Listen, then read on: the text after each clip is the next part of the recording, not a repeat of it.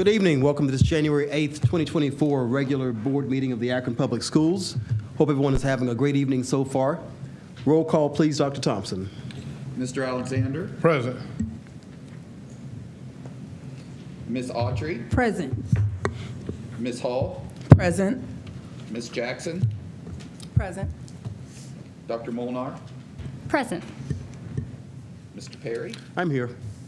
Mrs. Sykes. Present.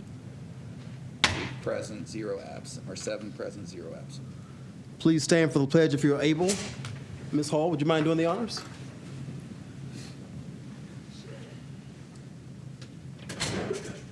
Allegiance to the flag of the United States of America and to the republic for which it stands, one nation, under God, indivisible, with liberty and justice for all.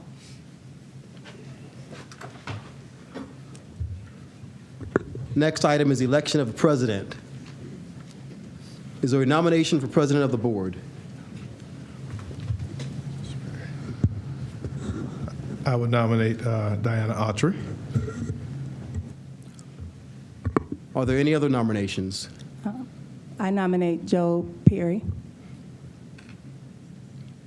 Are there any other nominations? Is there a motion to approve Diana Autry for president? So move. Thank you. Is there a second? Second. Is there a motion to approve Joe Perry for president? So moved. Thank you. Is there a second?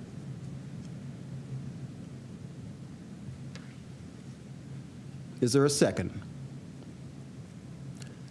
Any discussion? Hearing and seeing none. Roll call, please, Dr. Thompson. Mr. Perry. No. Mrs. Sykes. Yes.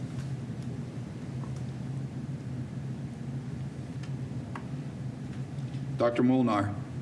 Yes. Mr. Alexander. Yes. Ms. Autry. Yes. Ms. Hall. Yes. Ms. Jackson. No. Motion carries 5-2. Is there a nomination for vice president of the board?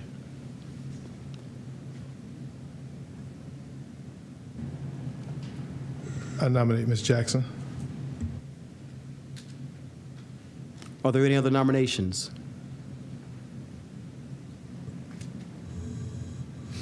Are there any other nominations? Is there a motion to approve Ms. Jackson for vice president? So move. Thank you. Is there a second? Second. Any discussion? Hearing and seeing none. Roll call, please, Dr. Thompson. Mrs. Sykes. Yes. Dr. Molnar. Yes. Mr. Alexander. Yes. Ms. Autry. Yes. Ms. Hall. Yes. Ms. Jackson. Yes. And Mr. Perry. Yes. Motion carries 7-0.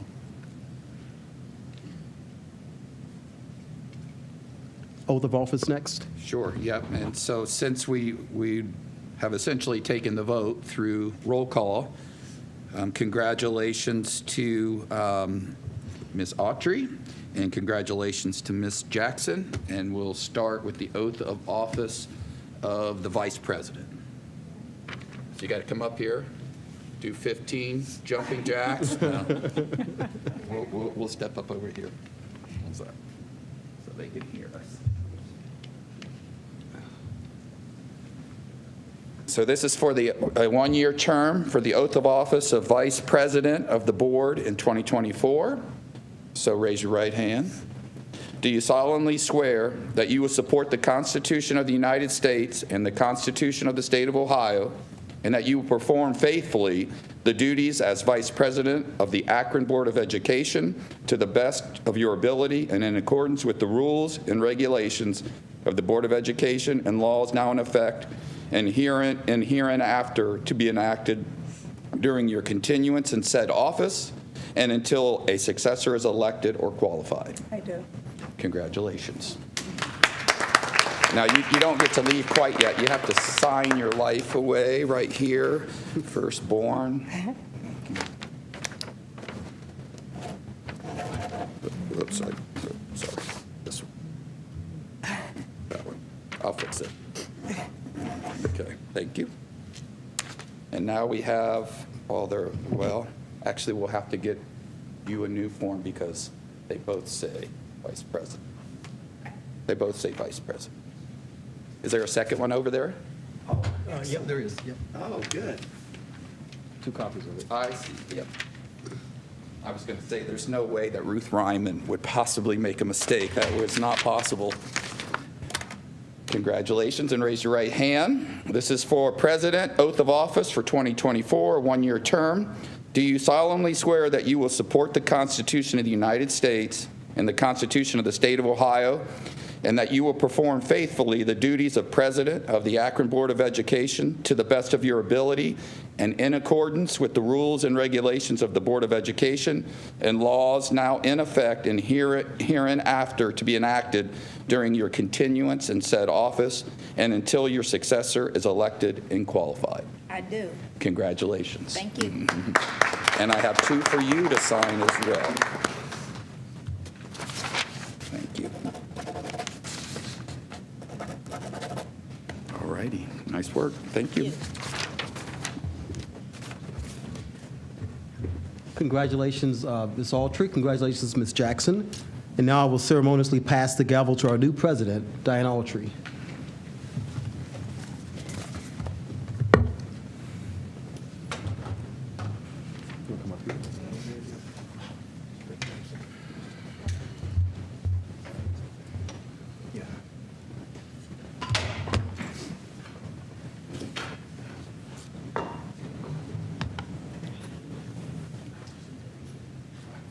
Carla, you gotta see. You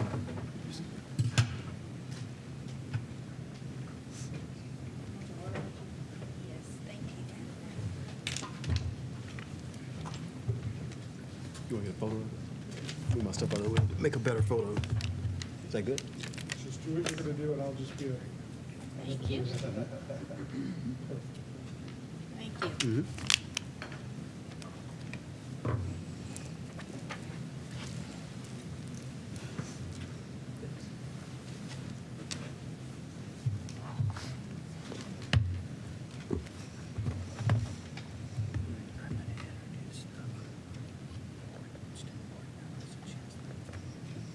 I gotta go speech before I.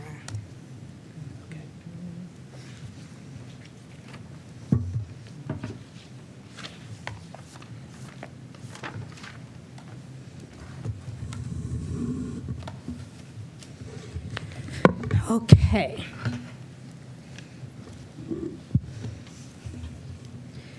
Good evening, everyone, and I am happy for this opportunity.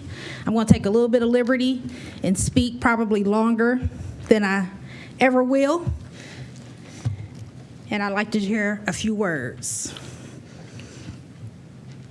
First of all, I'd just like to thank the Creator and my family and loved ones and my friends, and to my colleagues for the opportunity to lead.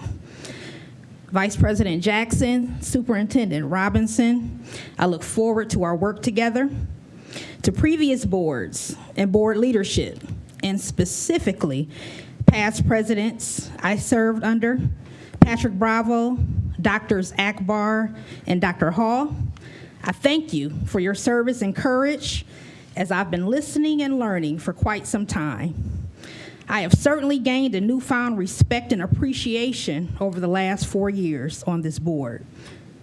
Now, the role and function of a Board of Education are often misinterpreted by the public and, in some instances, board members themselves. But our primary role is that as policymakers. We've had the privilege to have members who come to the table already knowing the process and taking lead, but this board will have professional development to assure that all members are equipped to bring forth policy inspired by our constituency. The other role of a Board of Education is hiring and evaluating a superintendent and a treasurer. Check. I'm confident in the capability of Dr. Robinson to lead and elevate Akron Public Schools with the support of our treasurer, Dr. Thompson. The blueprint was a major goal already completed and will guide our forthcoming evaluations. Lastly, and certainly not least, Board of Educations are the chief advisors. The chief advisors on community attitudes. This information is from the publication called Boardsmanship by the Ohio School Board Association. To the community, parents, families who have sent me here twice, I do not take this seat for granted. To the district administrators and staff, I'm proud of our navigation through COVID and to be a part of the team as we embark on our future, a time in which we are poised to make history as we did in 1847 when we, Akron, invented and established the system of public education widely used today. It was a radical idea at the time, and childless property owners were outraged and even threatened violence over having to pay for other people's children to go to school. Go figure. Well, I believe they had it right. They had the right sentiment then, and it still holds true today. The children belong to us all. Outside of God and family, there is not much that is more important than supporting and investing in the education of our youth. Almost 20,000 entrusted to us who choose us. So invest today or repair broken adults tomorrow. The children are a reflection of the world, community, systems, and environments that the adults around them created. So my vision, my motivation, my why hasn't changed since I've been on this board. It's the same vision, motivation, and why that inspired me to thousands of volunteer hours and raising tens of thousands of dollars for scholarships, staff grants, and programs before the privilege of even having this seat. Simply put, it's the children, our future. I don't have a slogan. I don't have a theme song. I don't have a magic wand. The magic is in the mirror, and it's in the mirror of every adult around this table, employed by this district, because without the children, none of us are necessary.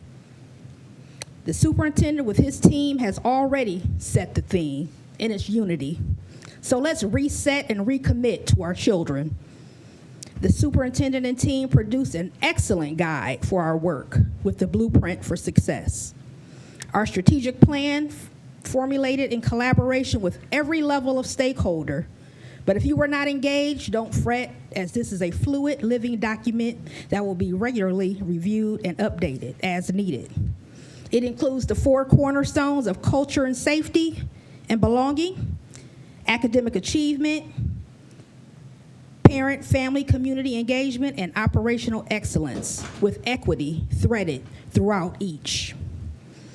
I know that word makes some people feel uncomfortable, but I'm here to tell you there's no growth in the comfort zone. We can't be comfortable with only a few of our schools flourishing while others are not, because we are only as strong as our weakest link. I know there is a concern that equity work is about catering to brown and black kids, but it's not always about race. But a lot of times it is. And that's okay. Akron Public Schools is over 50% brown and black kids. And that's okay too, because we are the public in the Akron Public Schools. And we have to be proud and nurture and cultivate what's ours. Our beautiful buildings, our programming and partnerships, our day-to-day hard work, our gains, big and small, our accomplishments. We have to be our own best cheerleaders and constructive critics without vilifying and tearing down our own district. We have to face our challenges together while building up what is ours. Now, I'm not naive to these challenges, some of which are redistricting, academic achievement, discipline, levy, relationships, social, emotional, and mental health, adults and students. And speaking of health, I'm going to briefly put on my nurse hat to say COVID and its effects are still here. Not only the physical illness, but the effects that manifest in behaviors such as fear, anger, anxiety, not even having the opportunity to mourn before the next tragedy hits. Kids are with us because they're kids who possess the developmental level and maturity of a kid who needs taught and modeled what they don't know. They just live in this world. They didn't make it. Our youngest learners' first educational experience was in a remote setting, so their lack of social skills shouldn't be punished or expelled, but met with patience and support. Understanding that can be an exhausting situation, but it's equally important for the adults to practice self-care in order to bring the best version of ourselves to the equation for our students to model. Utilize EAP. The students have told us to be kind, that they want kinder schools and community. I listened to their poems at the Civic. All ages said the same thing. Students have shared with me that they are being taunted by some adults, teasing about their phones being locked up. While I support the Yonder bags, and I've heard mostly good things as a result of their implementation, I can't mandate staff not to taunt or be kind, but in solidarity, I could put my phone up too.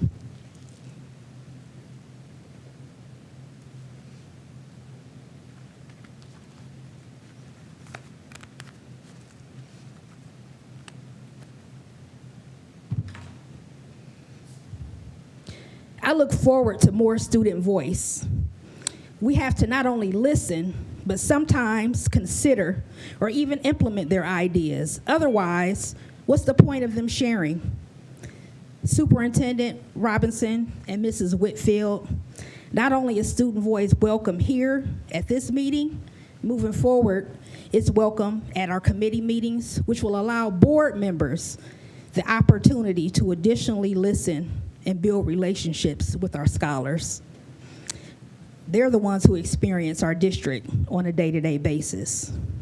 I hear a lot of blame towards parents and guardians who are indeed responsible for raising and equipping their children. But understand that some, not all, some parents and guardians are also in need of support. The era in which some of these parents and guardians were raised in the 90s were negatively affected by the crack epidemic, which destroyed many communities and families right here in Akron and around cities in the United States. They were not met with empathy or support that you see today in the case of the opioid crisis. They were subjected to prison, death, dysfunction that has never been formally addressed. One of the forums I heard a candidate say, we need more love, respect, and grace. I agree. Let's not lose sight that we are a team along with our parents and families and parents and guardians. Let's support our schools and activate our parent groups to support our hardworking staff. Staff, I have not heard anything to the contrary, so I'm assuming things are improved after significant investments in safety and security, Yonder bags, and well-deserved compensation. Please share with us some positive stories so that we can all know our efforts aren't in vain. Communication is a topic that came up a lot at the forums. and we will be having select future meetings at our CLCs. But please invite board members, email board members, or take the 3 minutes to come and address us. And it doesn't always have to be negative, but if it is, we are becoming better and better equipped to address concerns with the leadership of our superintendent and his team. At the unveiling of the blueprint, he asked of our media for more balanced coverage, and I agree. And part of our strategic plan is an investment in our communications because we provide way too many good things to be labeled as if we don't. As I wrap up my comments, relationships are at the core and root of all that we need. With the blueprint to guide us, whatever your role, this is an opportunity to center our scholars, to empower their minds and enrich their futures. There is no fast track to relationship building, so let's get to work.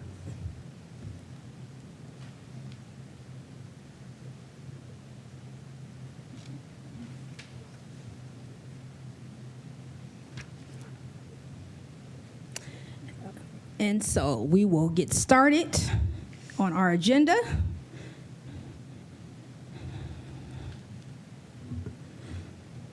And actually, item 1.7, board member assignments. Ms. Autry, Yes. can we introduce our student board member? Yes, we can. So with us today is an outstanding scholar. She attends Akron Early College. This is Casey Anderson, and she is a 12th grader, I'm sure aspiring to great things. So welcome, Casey. Welcome, Casey. And I will briefly read these board member assignments, and then we'll move on to the agenda with our community reflections with you, Casey. And most of these assignments have not changed much. There's been a few changes. Legal contracts and board policy, Chair Renee Molinar, Vice Chair Barbara Sykes. Finance and capital management, Chair Joe Perry, Vice Chair Barbara Sykes. Instructional policy and student achievement, Chair Vice President Carla Jackson, Vice Chair Summer Hall. Equity Committee, Chair Bruce Alexander, Summer Hall Vice Chair. Ohio School Board Association Trustee, Bruce Alexander, alternate Carla Jackson. OSBA Urban School District Advisory Network and Liaison, Renee Molnar. And cluster assignments, Bookdale, Vice President Carla Jackson. East, Barbara Sykes. Ellett, Bruce Alexander. Firestone, Renee Molinar. Kenmore Garfield, Joel Perry. North, Summer Hall. And Specialty Schools, President Autry. Joint Board of Review, President Diana Autry, Vice President Carla Jackson, appointed member Barbara Sykes, appointed member Summer Hall, Superintendent Dr. Michael Robinson. This president will be appointing an ad hoc committee, and this committee will be formed to address and get recommendations from our community members who participate in our Pee Wee sports. That shouldn't be a surprise to anyone. We share children, and we need a better relationship with these groups. This committee will be co-chaired and ran with Vice President Jackson and Summer Hall, and more information will be forthcoming, but I'm looking forward to those meetings and getting recommendations and working with our community.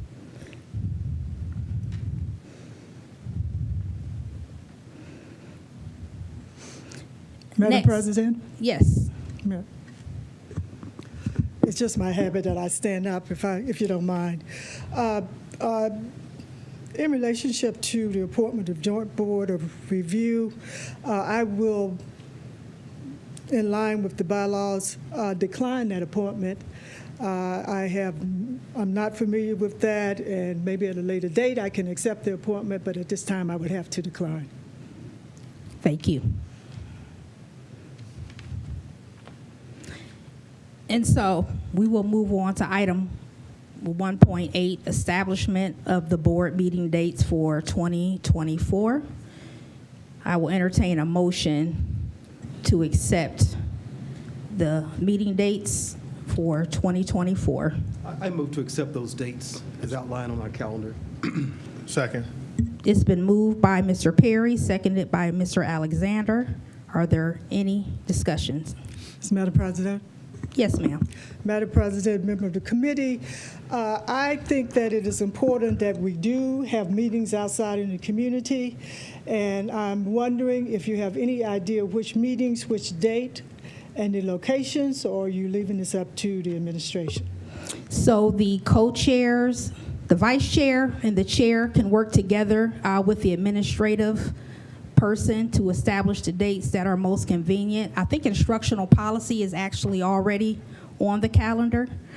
But between the chair and vice chair, it is absolutely at their discretion along with the administrative side. Follow up? Yes, ma'am. Madam Chair, members of the committee, of the board, do you have any idea how soon the community will know when the meetings will be scheduled and at what locations? So the committee meetings are generally here. And again, it will be the discretion of the chair and the vice chair and the administrative side to determine when. But there are already meetings on the calendar for a few of the committees already. So I'm going to ask that our assistant to the board make sure every board member gets the invitation.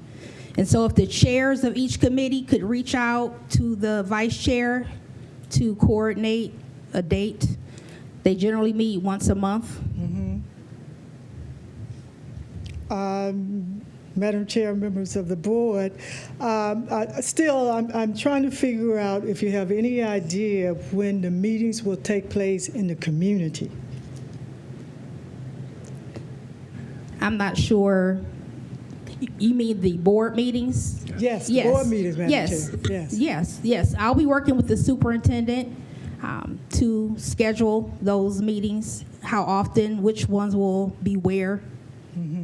But we will be going out to our CLCs and hosting some of these meetings. This is something that was done in the past, and so we're bringing it back so that we can be a little bit closer to the ones that we serve. Thank you, Madam Chair. Madam Chair, members of the board, let me just say that I do believe that you did do that. I don't know how successful it was before, but I think the earlier that we can announce when the meetings are going to take place and where, then we can have more of an opportunity to promote, to engage, to involve, and to make sure that we have our community members actively participating in the meetings out in the community. Absolutely. And they will be on our regular scheduled board meetings. We just do not have the locations just yet. But they'll be our regular scheduled board meetings. I was just going to echo what Mrs. Sykes said, that we could get that out sooner the better. That way the community will know. That way we will know. We know when the meetings will be, and the community can know as well, so they can prepare for us to come, because in the past they have not been well attended, which is sad, but we would like to have them more attended. So the sooner we are notified as board members what dates those are, and then we can let the community know as well. I wanted to, Madam President, on those same lines, if we might send an open invitation to all our CLCs. We already have the dates of the meetings. We know Yes. the times. Hey, these are our dates and times. Are you available any of these dates and times for us to come to you? Make it, more convenient for them, let's say. If we can do that, open invitation. So I'll be working with the superintendent and our assistant to decide which ones will be here and which ones will be at the CLCs. But yes, we do indeed already have the dates.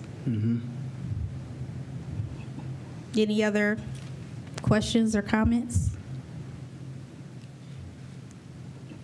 Thank you. We will now move on to community and school reflections, and we will start off with our Scholar Board member, Casey Anderson. Hi, everyone. It's a pleasure to be here today. So as you know, I'm Casey Anderson, and I'm a senior at Akron Early College High School. I'm on track to receive my high school diploma and my associate's degree in the arts from the University of Akron in May of 2024. Thank you. And I am a second-term Scholar Board member. I am proud to serve this year alongside 5 powerful women. You are all inspiring me to continue to pursue my dreams and goals. Being here with you all makes me know that it is possible. And I am also excited to be attending Morgan State University and majoring in computer science in the fall. I am also proud to attend Akron Early College High School, which received a National Blue Ribbon designation in 2013 and 2019. And this year, we are ranked as one of the top schools in the nation by U.S. News and World Report. One thing that makes my school unique is the amount of freedom that students receive in terms of choosing their college courses. For example, as a dancer, last semester I chose to take the college course Viewing Dance, which is about the 5 different styles of dance around the world. The advisor for the Akron Early College dance team is Mrs. Keaton. Mrs. Keaton is one of my favorite teachers because she has guided me through my 4 years at Akron Early College High School. She also allows me to have a voice as the captain of the dance team by supporting me in the decisions that I make about the team. I learned that student agency is students using their voices to have the freedom to make decisions about what they learn. Like I said before, one thing that makes Akron Early College unique is that we have strong student agency in choosing our college courses. In my opinion, if high school students across the district have the freedom to select their courses and see how their courses connect to real life, it would motivate students to come to school, improve their grades, improve their behavior, and change the relationships between teachers and students for the better. On behalf of all high school students across Akron Public Schools, I would like to suggest that the Akron Early College model or parts of the model be used across the district to allow students to have more freedom to select their courses. On behalf of the Scholar Board, thank you for allowing me to speak and for your consideration. Are there any questions for me? Yeah, good job.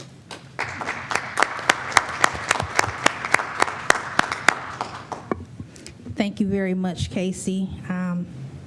You are appreciated for coming here and being brave enough to sit here amongst adults and share. You did a great job. Thank you so much. Thank you. Did you say you're going to Morgan State? Yes. All right, congratulations. Thank you. All right. Any other questions for this young lady? It's so good to see you again, Casey, and I'm excited that you stuck with the HBCU. I remember we talked about that earlier on. And if any way I can assist you with that, let me know. The Hero K Stubbs Scholarship is coming up, which you can see me after this, and I'll make sure you have an application for that as well. My question is, have you had the opportunity to meet with your other student board leadership to kind of get a pulse of the desires of those students in regards to the Akron Early model? Have you talked to them, or is this just, because I think it's a phenomenal idea. I'm just wondering with the other leadership, have you guys got together collectively to discuss this and what that might look like? We have not had the chance to speak about it, but that would be a great meeting for us to have. And then also thank you for your advice about the colleges and stuff like that. But yes, I will talk to Ms. Whitfield about that to see if we can have that meeting. Okay, great. Thank you.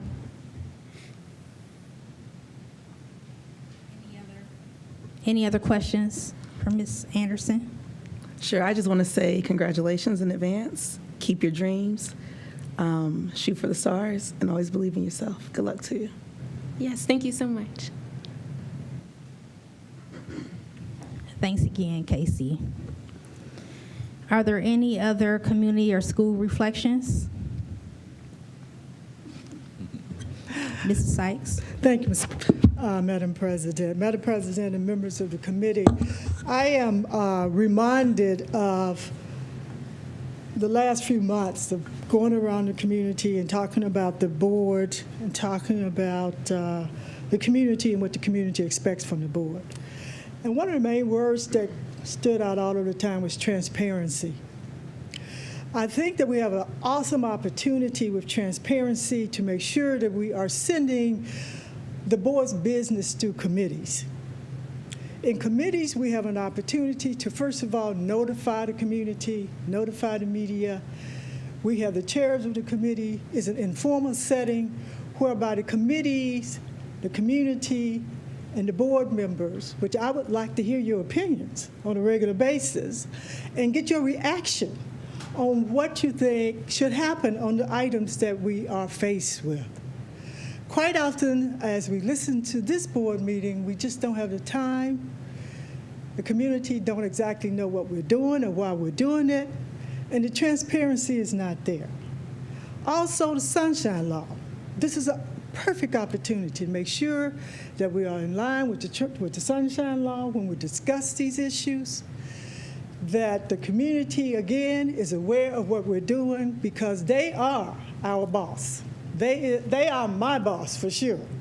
I listen to them, I want to hear from them, and I think that if we find ourselves referring more of the items to committees, that we will find that the community will feel a sense of trust, because that's what's missing. The community does not trust the board because the community feel that they are not getting the information in a timely fashion, that the information is not explained adequately, and it's not that we're educating our bosses. We need to inform, engage, and make sure that they are able and feel comfortable to participate. So I would say to you, Madam President, Madam Vice President, as you sit with the superintendent, that we work on the agenda in such a way that we are able to transfer and refer items to our committees. I know that we can do this because we just assigned the committees, so we all know who we are. I know that we can give them plenty of time because this is the first date, January 8th, and we know the last date would be December 9th. So we have time to plan meetings. We have time to notify the community. We have time to notify the media. Most of all, we have time to notify the parents, the taxpayers, and our bosses. So I would encourage all of us to make sure that we reflect upon what our communities say they want, and that we have an opportunity to listen to how they want us to proceed. Because we are asking our community in the next few days, in the next few weeks, in the next few years to trust us, to trust us, to trust us by closing schools, to trust us by moving our children from one school to another, to trust us by building a new school, and perhaps another school, and to trust us when we say that we are adequately making sure that our children are being educated, that the academic achievement is being made, and that we're doing all we possibly can. And if we don't have that level of trust in this community, then they won't trust us to do the things that we need them to do. They won't trust us when they ask us, why should we vote for this? Why should we support this? And transparency is the beginning of trust. That's my reflection and observation. Thank you, Madam President, for giving me this opportunity to speak. Thank you, Member Sykes. Are there any other community and school reflections? Madam Vice President. Thank you, Madam President. Yes, so I had a ramtastic of a time since our last board meeting. And for those you don't know, I am a Garfield Ram. I graduated from Garfield High School. And so I had the pleasure of speaking with some current students at Garfield. And they were talking to me about possible pathways, and one was talking to me about real estate. And that there's a teacher at Garfield that's been talking to them very strongly about real estate. And this young lady's been inquiring to me about classes or people I may be able to connect her with. So I did mention Candace Eberhardt, because she's looking at how can I be ready to take the test so when I graduate, I can actively be involved in the real estate market. And I thought that was fantastic for a child that's in their junior year to be thinking like that already. And as this board and the community already knows, I do put a strong emphasis on financial literacy and entrepreneurship because I know that that is very important in our communities, especially the most inner city, at-risk, disenfranchised communities. We often have to find ways to create jobs for ourselves if jobs are not available. With that being said, I am excited also to announce about Mr. Trayvon Gordon, who is a graduate of Garfield High School and who is bringing his store here. He does custom tailored suits. He's currently located in Georgia. He is also the young man, the news did feature him. He's the young man who donated the suits to the basketball team and I think a principal or two at Bookto High School. And he's hosting an event at the Akron Art Museum. And I think it would be really good for us as a community to come alongside him, not only to support the event, but also to just support him because he had moved away from Akron and now he's bringing his business back to the city where he's from. And he is an entrepreneur, but he's not only an entrepreneur, he's a husband, a college graduate with his master's degree, and he also has served our country in the military. The reason why I felt important to highlight this young man, because when he shares with me, he talks about he was not the most likely student to do much. And he probably graduated at the bottom of his class per his words.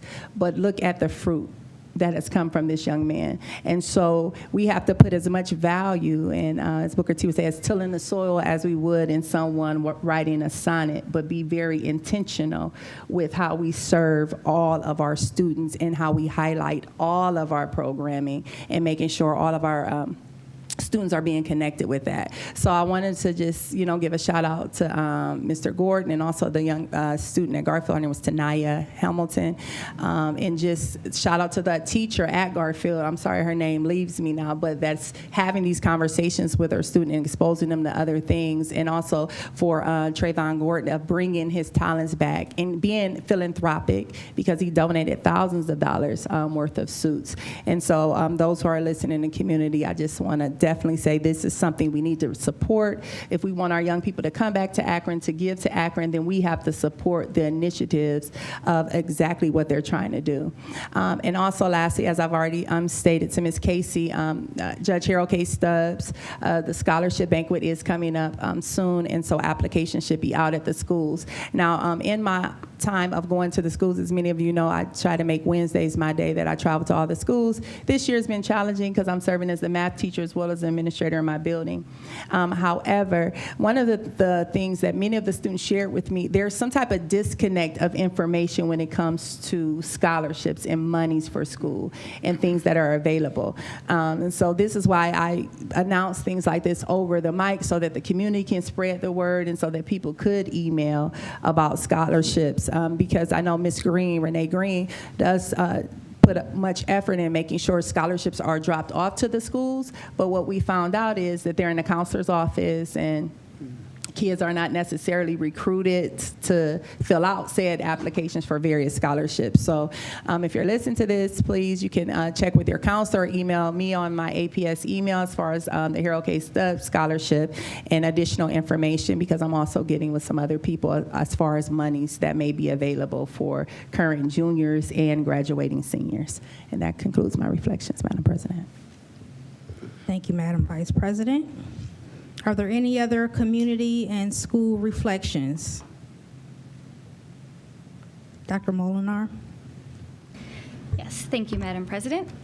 So this past Saturday, January 6th, I was lucky enough to join many of our other board members and other community members at E.J. Thomas and House 330 to officially celebrate our new mayor of Akron, and I look forward to exciting partnerships for our city and for our schools.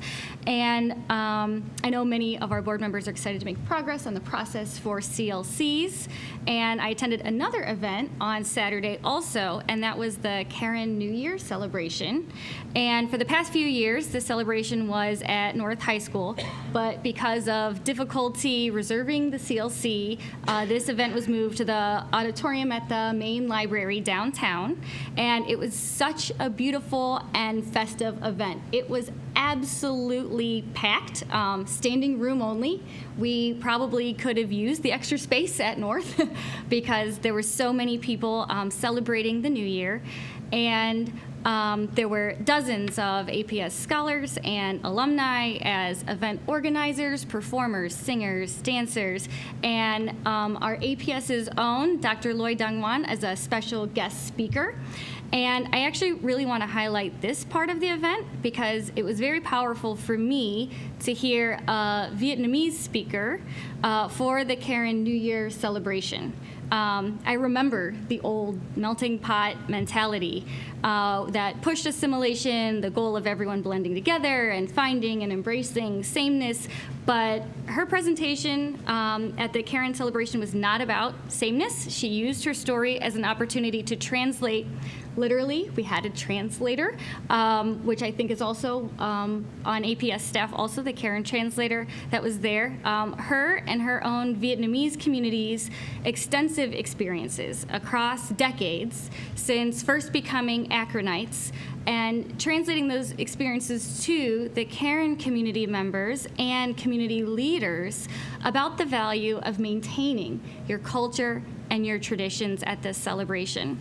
And it was a reminder to everyone that our city is not recently diverse, but the strength of our diversity and the ways we're enriched by generations of histories to draw from and help each other. And we're so lucky to have APS alumni that stand out, serve as community leaders. They're willing to mentor people from other communities while upholding the dignity of their culture and their community.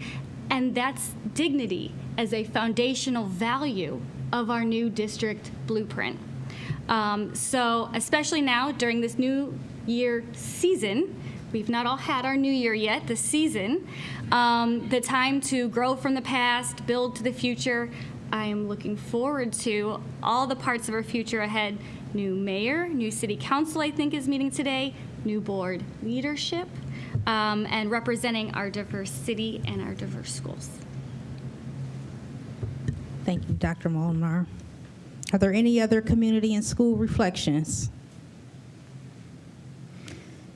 Seeing none, I'm going to circle back because we need to officially approve the meeting dates for 2024. So item 1.8, I will entertain a motion to accept those dates as presented to us. I think I moved earlier to approve those dates. It was moved by Mr. Perry and seconded by Mr. Alexander. Is there any other discussion?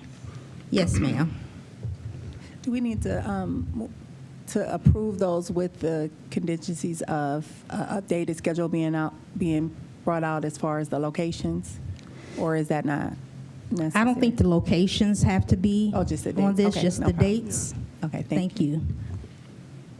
Any other discussion or questions? Seeing none, roll call, please. Dr. Thompson. Dr. Molnar, Yes. Mr. Alexander, Yes. Ms. Autry, Yes. Ms. Hall, Yes. Ms. Jackson, Yes. Mr. Perry, Yes. and Mrs. Sykes. Yes. Motion carries 7-0. Thank you. Moving on, we have no recognitions. Item 3.1, request to address the board. We do have one request, Mr. Cazale Smith. And so as you approach, I will read the preamble. Participants will not be permitted to speak on matters related to vendors, business matters, formal complaints, grievances, specific students or student records, personnel matters, and potential or pending legal matters. Please keep your comments to 3 minutes or less. The board will not respond, but will assign through the superintendent the appropriate person for follow-up. Thank you, Mr. Smith.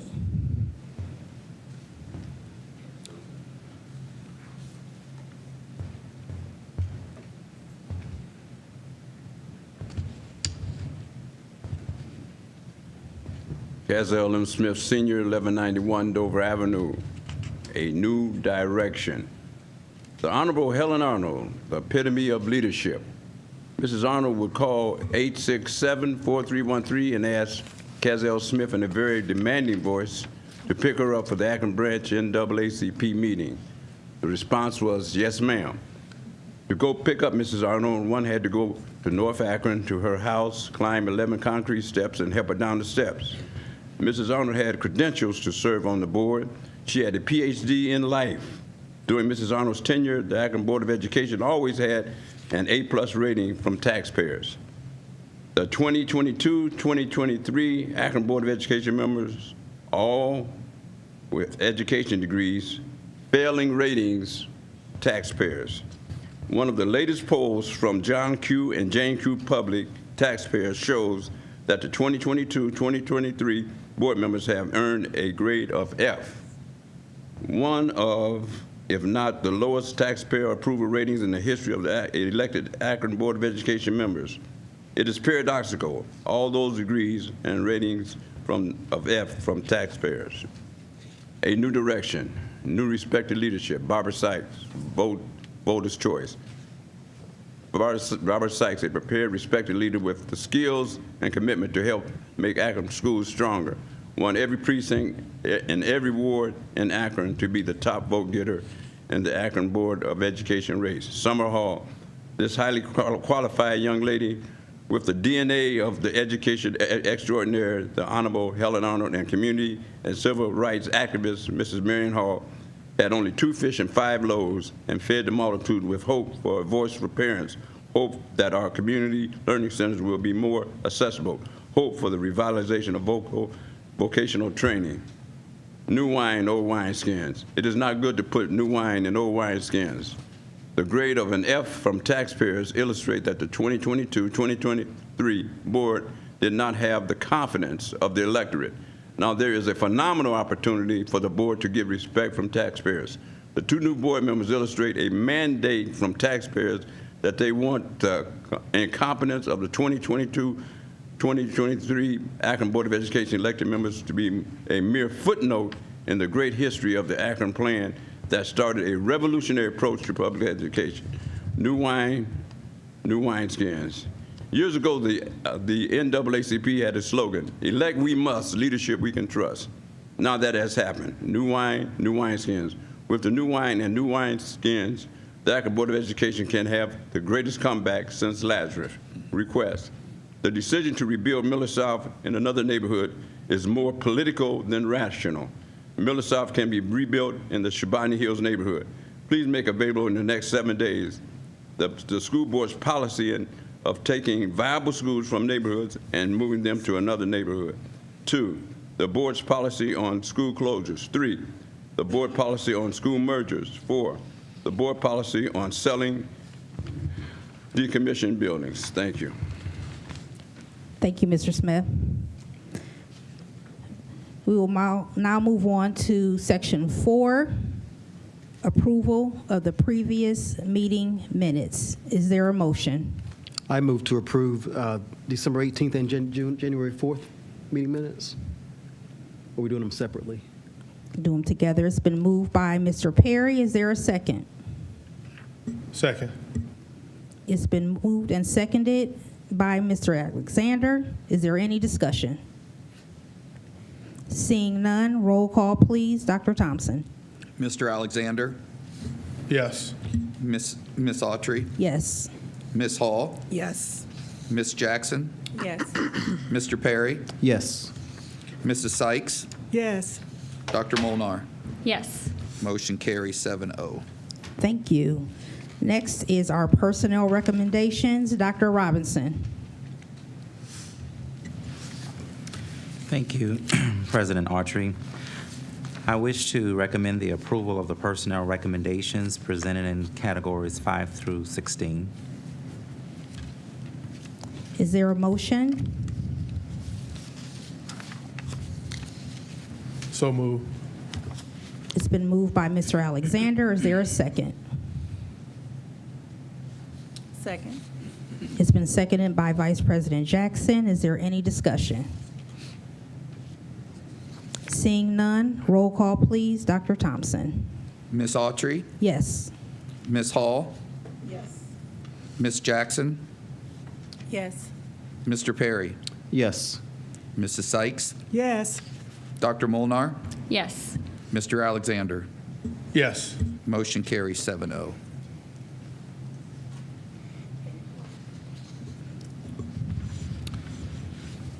Thank you to President Autry and to the board.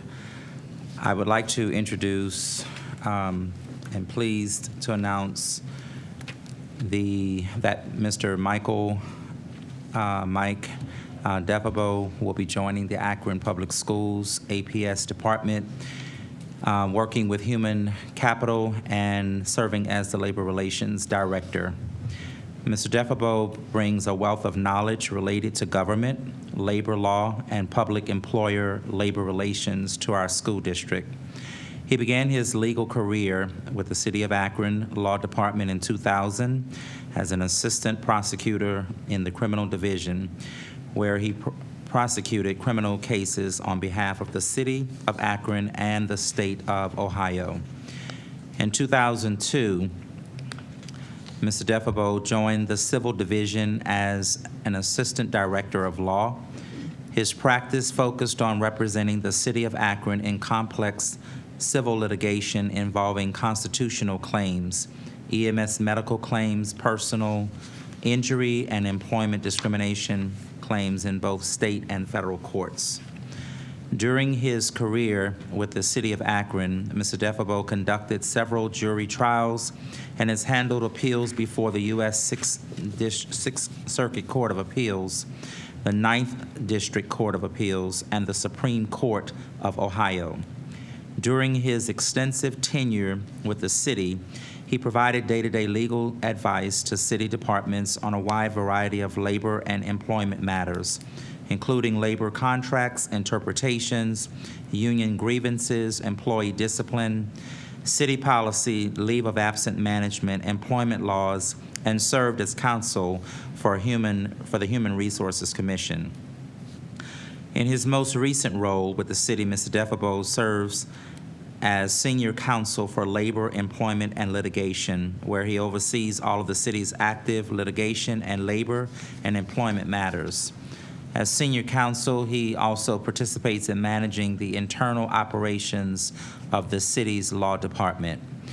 Mr. Defabo is a graduate of Kent State University and the University of Dayton School of Law. He is admitted to practice law in Ohio, the U.S. District Court for the Northern District of Ohio, the U.S. Sixth Circuit Court of Appeals, and the U.S. Supreme Court. Mr. Defabo resides in Akron with his wife, Carrie, and their son. He enjoys sports, spending time with their dogs, and watching his son play football. With no further ado, please turn our attention to the rear. And sorry about that. Mr. Defabo, if you can kind of come forward so that everyone can see you. We want to welcome you to Akron Public Schools, where your work is ready and waiting for you. Thank you so much. Thank you, Dr. Robinson. And briefly, I look forward to working with you all. And in the former words of Mayor Malik, I'd like to get to work and get past this and see if we can all work together and build and forge relationships. Thank you. Thank you.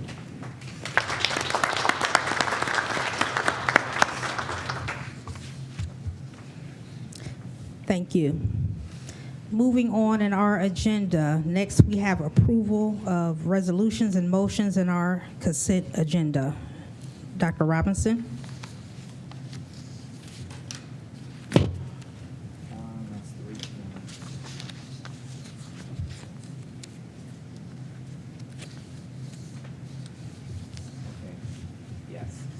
Sorry. Thank you, President Autry. I wish to recommend the approval of the resolutions and motions presented in Category 21. They are in proper format, and I move for their approval, please. Thank you. Is there a motion for the consent agenda? So moved. It's been moved by Mr. Alexander. Is there a second? Second. It's been seconded by Vice President Jackson. Is there any discussion? Seeing none, roll call, please. Dr. Thompson. Ms. Hall? Yes. Ms. Jackson? Yes. Mr. Perry? Yes. Mrs. Sykes? Yes. Dr. Molnar? Yes. Mr. Alexander? Yes. Ms. Autry? Yes. Motion carries 7-0. Thank you. Next is our business affairs recommendations. Dr. Robinson. Thank you, President Archery. I also want to make a note that we will be communicating with our families as it relates to the solar eclipse day. That is a huge attraction that is coming to this area, and so we will make sure that our families, it'll be on the website, but we'll also make sure that we communicate with our families so that our kids can bring something home for their parents. Thank you again, Mrs. Autry. I wish to recommend the approval of the business affairs recommendations presented in category 23, please. Is there a motion to approve the business affairs recommendations?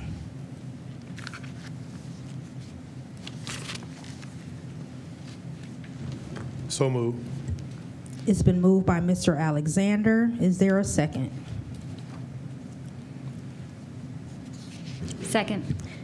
It's been seconded by Dr. Molinar. Is there any discussion? Madam President? Yes, ma'am. So I'm not quite sure about this, but is the 23.9 a part of what you're asking for passage, Madam President, Mr. Superintendent? I don't have a 23.9. Yeah, I don't see a 23.9. Yeah. That was taken off? Yes, sir. Yes, ma'am, I'm sorry. Okay, that was taken I off. apologize. Okay. Thank you. Any other discussion or questions? Seeing none, roll call, please. Dr. Thompson. Ms. Jackson? Yes. Mr. Perry? Yes. Mrs. Sykes? Yes. Dr. Molnar? Yes. Mr. Alexander? Yes. Ms. Autry? Yes. Ms. Hall? Yes. Motion carries 7-0. Thank you. Next, we will move on to Section 25, Superintendent's Report. Dr. Robinson. Thank you, President Autry. Just a reminder to all of our families that please make sure that you check the district website regarding weather conditions and whether or not schools are closed or whether there will be some other arrangements made. But we are making sure that that information is on the website, but we will also be doing our normal robocalls and sending out text messages. It'll be on our news, radio stations, and so forth. I want to really thank our scholars, and we will be acknowledging them at the next board meeting. But I want to thank them for participating in the Superintendent's Book Club of the Month. I want to also congratulate, first of all, our teachers for the extremely hard work that they are doing. Thank you to our third grade teachers who I attribute this to you, to our scholars, to our families, and also to our staff, that we have shown a 6% increase in our third grade fall ELA Ohio State test as compared to last year. So we are showing growth. I would like to see even more. But I do appreciate what we do have, and I'm very grateful and very humbly thankful for that. On Monday, April 8th, as I said, the APS solar eclipse, we will be sending home information regarding this relative to the school day for our children. I had the opportunity to go over, as we'll be highlighting at the next board meeting, but I had the opportunity to go over to East and actually got a chance to talk with Mr. Tom Ellie, who is our Project Lead the Way teacher there, as well as some of the scholars that are in that program.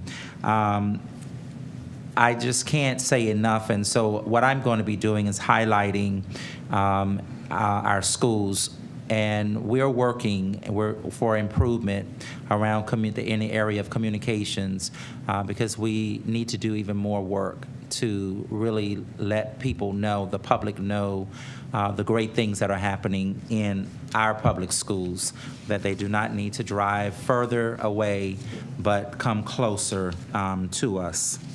And so hats off to those kids that are at East, and you'll see the video at the next board meeting. Our Be Kind 330. Last month, North High DECA chapter purchased Christmas gifts for 11 students from Harris Jackson CLC in the North Cluster. Faith Family Church of North Canton donated $500, and North High DECA chapter contributed $500. Eric Matthews, our DECA advisor, shared these comments. I always enjoy seeing some of the older students in the district giving back and doing acts of service for our younger kids. Seeing the smiles and hearing the kids make comments like, "This is the best day of my life," and am I dreaming, made me truly appreciate the great act of kindness from the North High DECA program. Mr. Matthews and the high schoolers selected the gifts with great care. Our Harris Jackson kids and their parents and grandparents were thankful for the gifts. Every child deserves Christmas gifts, and we are able to give them that this year through the acts of kindness. Thank you for continuing to spread kindness and expand our Be Kind 330. And I just want to say that I'm not going to go into the conversation or into the details, but I actually went into one of our schools a couple of weeks ago, and there was one young man who was kind of acting out, and I had a very stern conversation with him about what the expectations were for him as a scholar in our school district. And he called me today from the office to just thank me for what I had done for him and his sister. But it's important for us. Our kids, we have awesome kids in Akron Public Schools, and if nobody else is going to brag on them, I am. And if no one else is going to recognize our teachers and our administrators in our schools, I will. Because we have awesome, beautiful schools with awesome kids in them.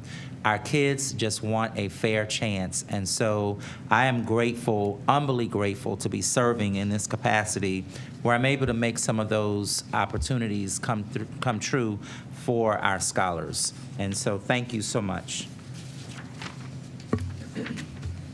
Thank you, Dr. Robinson.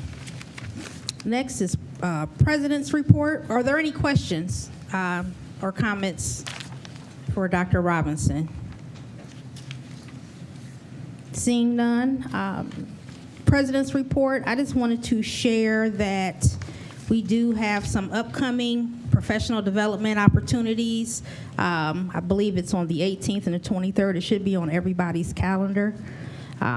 Sent out at the bequest of our superintendent, and it will be around the topics of sunshine law and some of the things that Member Sykes alluded to earlier. So please note that. It should all be on your calendars. And then also just noting that we do have an upcoming board retreat on the 26th and 27th. the 27th. 26th and 27th. It's the 27th. Just one day now? Okay. Yeah. So it will be on the Yeah, 27th. And so I just wanted to bring your attention to those dates. Yes, it should be on your calendar through the ESC. Getting to the bottom line Yes, is on the calendar for the 18th. 18th and the 23rd. We will make sure that all those dates are on your calendars tomorrow morning, if you don't already have them. I have the getting to the bottom, 5:37 and the 18th. Yes, the 18th and then the 23rd. Yes, 18th. I'm sorry, the 18th and the 23rd, Yes, I have it on. As you said, the 19th. That's what comes in. Thank you. and then the retreat is on the 27th.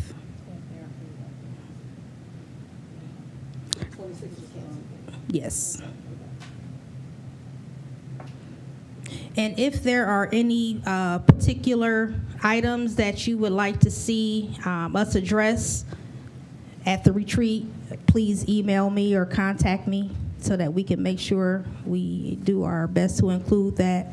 But it is a goal that this board will partake in some type of professional development every quarter, because we expect that of our teachers, so we should also expect that of ourselves. So that is all that I have, and I will move forward to Treasurer's Report. So what you have in front of you, which I gave you a copy of, it's also posted on board agendas, but I wanted you to have a hard copy. And the format looks the same each and every month. This is just your monthly financial report, but it gives you some insight into how we're trending. So for example, there are 3 boxes across the top, and what you see is an unfavorable impact on the 5-year forecast of $1.2 million. Please keep in mind that's a variance of 0.3%. So when we're making these projections, they're exactly that, projections. And then we will update the 5-year forecast in May as we move forward. But, and it's also important to note that there are, and just in the way the year flows, there have been some necessary changes that impact the budget in one direction, and then in the spring, as you'll hear us use this word reallocation of our resources, we're going to move those around to places that we think are important, that are going to be impactful, and then make those reductions in places where we think we can better use those dollars in another place. Additionally, in February, we'll receive our next round of tax receipts, so this number is going to jump around as well. But you will consistently see this number, and if you flip a few pages, I'm going to flip you all the way to page 6. You're going to see a number, $16.9 million. And you might, at first blush, again say, wow, that's a big increase in costs from one year to the next. I think it's paramount that we understand that 80% of our budget is people. We don't make widgets. We don't buy raw materials. We are a service industry, and while it parallels business, it is not exactly the same as a business. So you would see every school district in the country would have a increase from one year to the next. And then in the box, it talks about some of those specific impacts and exactly what those dollar amounts are, so you can track and follow that. That was budgeted, so that doesn't come to us as a surprise.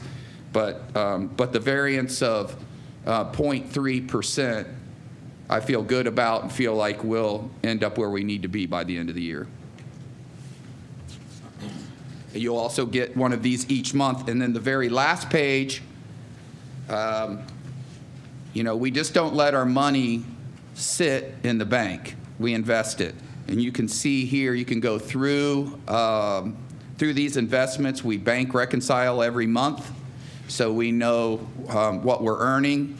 And so far, we've done well, clipping at about 5.5% in some of our investments. So that's positive when you're short-term. These are short-term investments.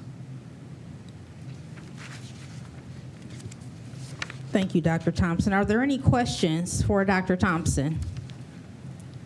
Member Sykes.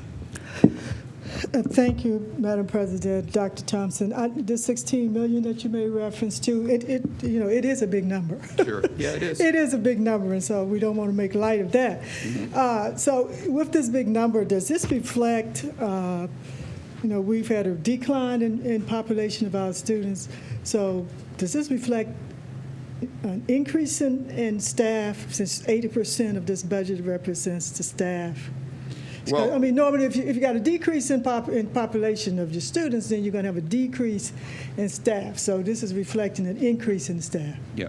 So let me address first the decrease in staff and how that, or in student population and how that impacts staff. Mm-hmm. it's not exactly a one-to-one trade. In other words, you could lose a certain number of students across the district, but not lose enough to really make significant impacts on staffing. Mm-hmm. Additionally, we have a population that we have a lot of needs that exist in our school district. 47 languages spoken, for example. Mm-hmm. So the staffing levels are oftentimes higher than what you might see in another school district, for example. But what this number reflects is it reflects the ESSER cliff fall off, which is about $7 or $8 million of this. And what I mean by that is we had the ESSER dollars, things were being paid for through ESSER money. Mm-hmm. Now the ESSER funds are gone, mm-hmm. and you're seeing that reflect in our 5-year forecast, and you're seeing that reflect in this variance. Mm-hmm. So obviously it includes compensation for all district employees. Yes. And I would argue that our staff across the board does a really good job, and we have a hard time recruiting staff as it is, and we have to be competitive. Mm-hmm. Follow-up, Madam President? Yes. I would also say that I believe the staff is doing a good job, but I also say that this reflects that that's what's happening. Yes, ma'am. Thank you. Thank you, Mr. President. Thank you, Dr. Thompson. Thank you. Any other questions for Dr. Thompson? Madam Vice President.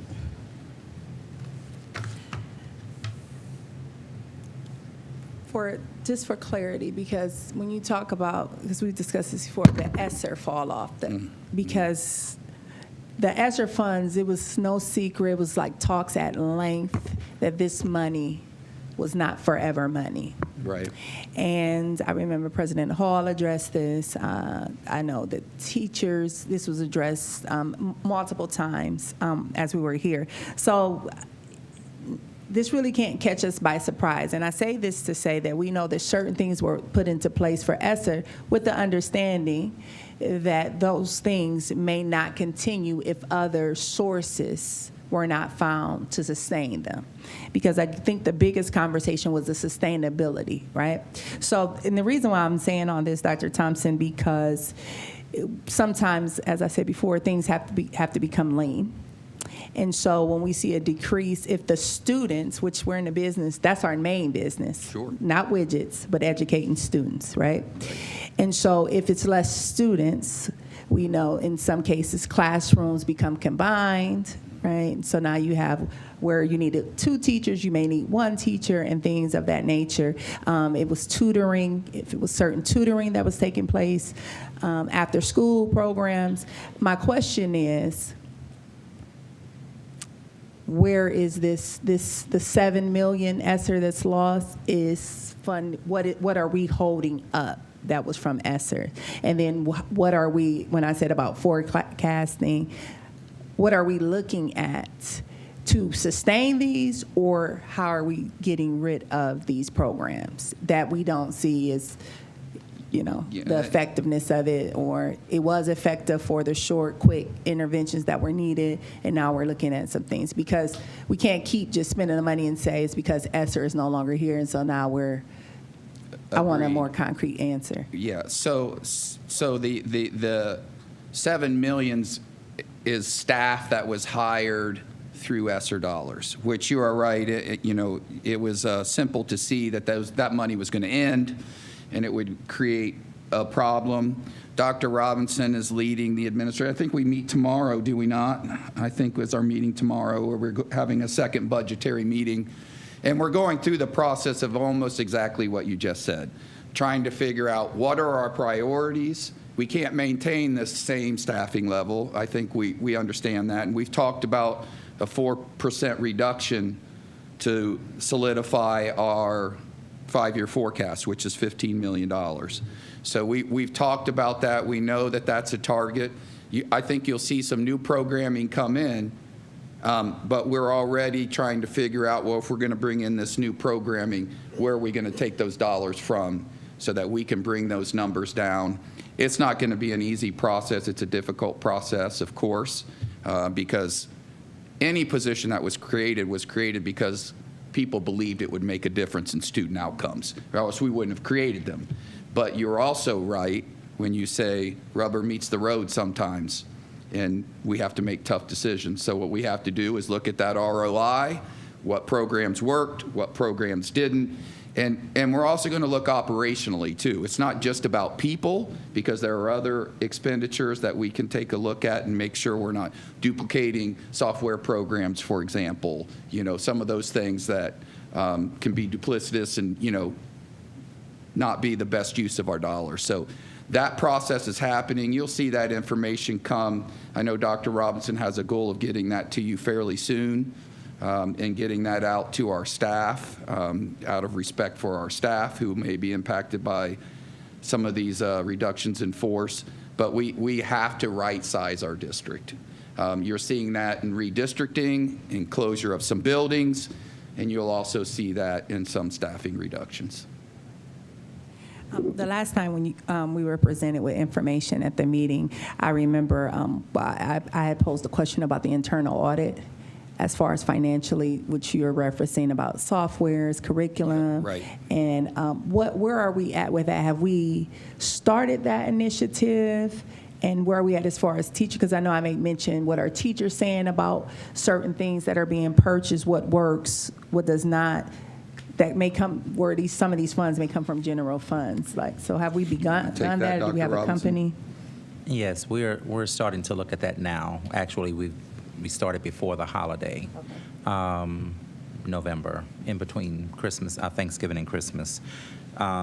So yes, we're looking at the programming. We're looking at positions within schools. We're looking at positions within central office, and looking at and we now have a blueprint. So that's what's going to guide all of the decisions that we make. And what people may not understand is that we are restructuring this district, which means that in some cases you might see something new coming up, but then there are 3 or 4 things that we're removing, so that we're not increasing our cost of staff budget, but we are restructuring. We're putting, for years, this district did not put enough concentration around communications. In the new budget, that is something that that you will see. That is a part of our blueprint. We are also looking at the significant, even though we're making, we are, which I'm thankful for that, we're making gains and strides, around reading and ELA, but we need to do more. And it starts in pre-K.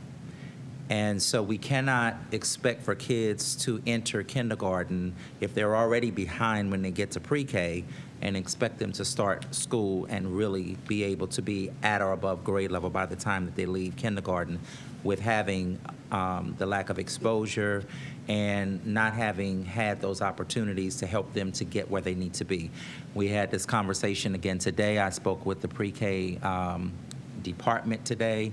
The goal is not necessarily something that I can sit here and say is going to happen, but the goal, I'm certainly looking in the budget for next year to ensure that we have all-day pre-K, so that we can really begin to do some things to help our kids, given the nature of what we deal with, to ensure that they're able to come to school and enter kindergarten at or above grade level, ready to read.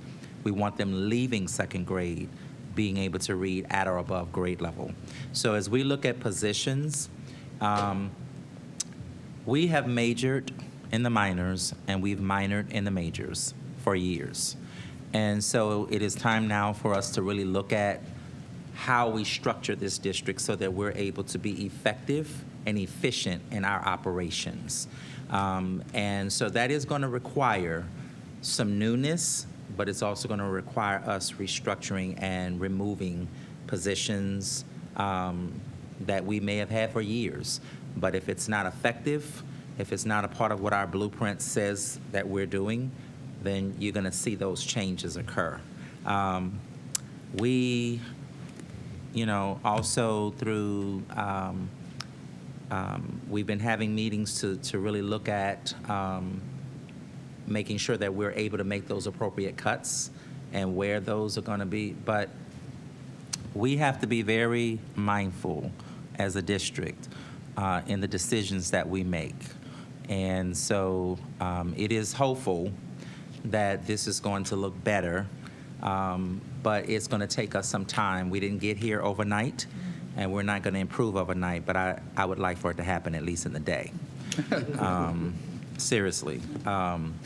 But one thing that we are going to do is be very transparent about what we're doing and the road that we're traveling, so that our board, our constituents, our community is well advised as to what we're doing and the rationale behind why. We may not agree, but my job is to ensure that we're doing what's best for our children and for our organization, i.e. our employees as well, that we are making sure that we're able to function as a system. I want to see us thriving as Akron Public Schools, and I want us to be able to do it for years to come. So the decisions that we have made and are making need to be decisions that are going to be best for our future. Thank you, Superintendent. And just as I close this, I think thinking very innovatively when we think about teacher preparation programs, and since we know that there's some budgetary constraints that we'll be facing with that, it would be great to do some collaboration with the universities on a greater level as far as their teacher preparation programs, because those teachers and for early childhood can work with students on sight words and phonics and phonetic awareness and things like that, and at no cost to the district, but at a benefit for those students to really have in real time more time spent in just your student teaching window. If we can look at that, may take some restructuring of the programming at the university. We started conversation with Kent State, and we will be actually having some meetings coming up. We have to reconnect now that we're back in the new year. We have to reconnect with them because we had some conversations around teacher preparation. So one of the things that I am doing is I'm repurposing. So I have not added any new positions, but I am repurposing positions that I have to work with, which, trust me, is not much. But I'm making do with what I have, and making sure that it's stretching wide and it is going to give us the effectiveness that we need. So one of the things that we will be doing is repurposing the former position that our current chief of staff held when she worked in human capital. That position is going to be moved into another division so that we are able to provide the organizational effectiveness around supporting our teachers, also supporting our leaders, looking at pathways for our teachers to become assistant principals, our assistant principals to become principals, leadership pipelines. And so we will be working, definitely working with the university on that support. Have we talked to Akron as well? We spoke very early when I first got here, but we have not. I know you're coming into this. I'm just trying to utilize, because the earlier when you're talking about restructuring teacher preparation programs and what that looks like as far as outside of the student teaching window or extending that period for students to have teachers. Yes. For the student teachers, to have real experience, that in-classroom experience, so that they don't come into the profession and then quickly leave the profession.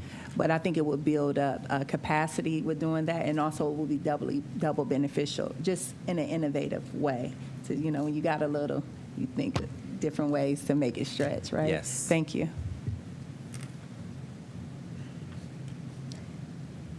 Any other comments, questions? Do not believe we have any committee reports, as they were just assigned, but just a reminder that the chair should collaborate with the vice chair on dates and you are able to come to any of the committee meetings, whether you're assigned to those or not. They're also open to the public and live streamed as well. So I just wanted to put that out there. I don't think we have any unfinished business. Is there any new business? Doesn't appear we have any. And so there is a need to recess into executive session, item 31.2.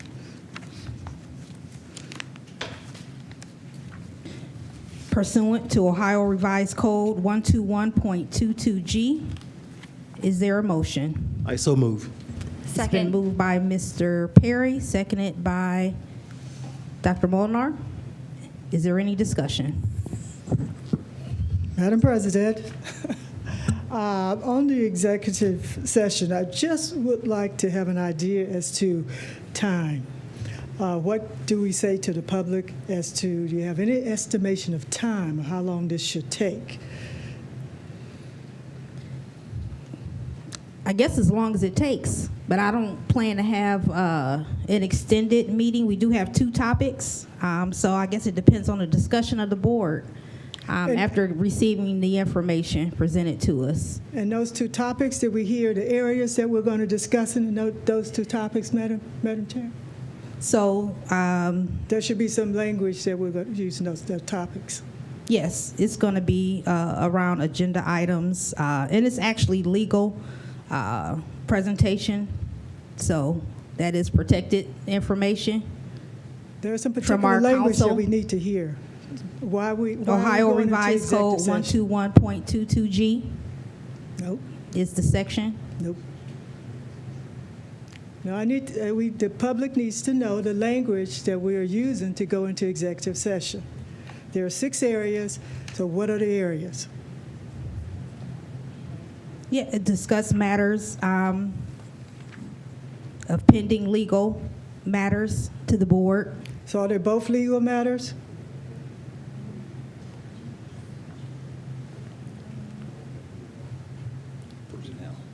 And personnel matters. Okay.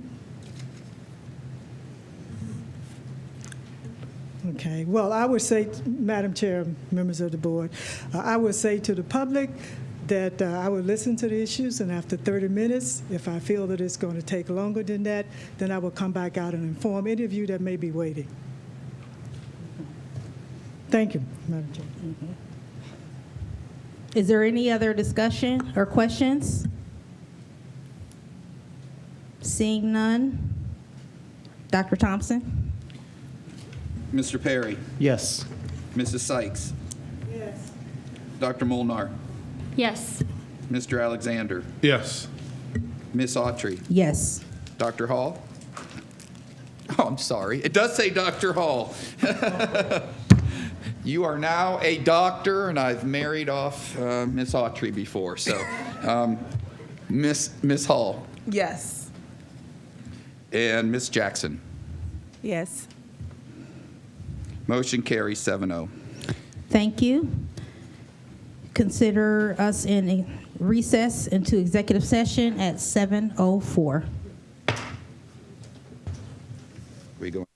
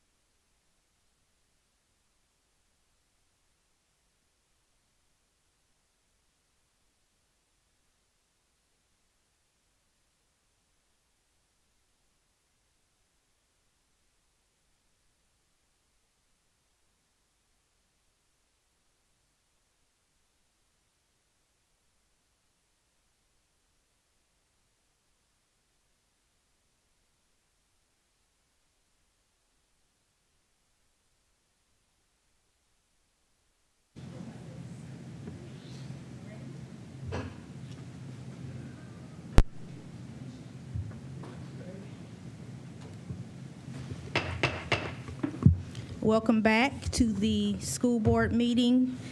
We are reconvening back into regular session with an item requiring action from executive session, item 32.1, Varsity Tutors for Schools, LLC.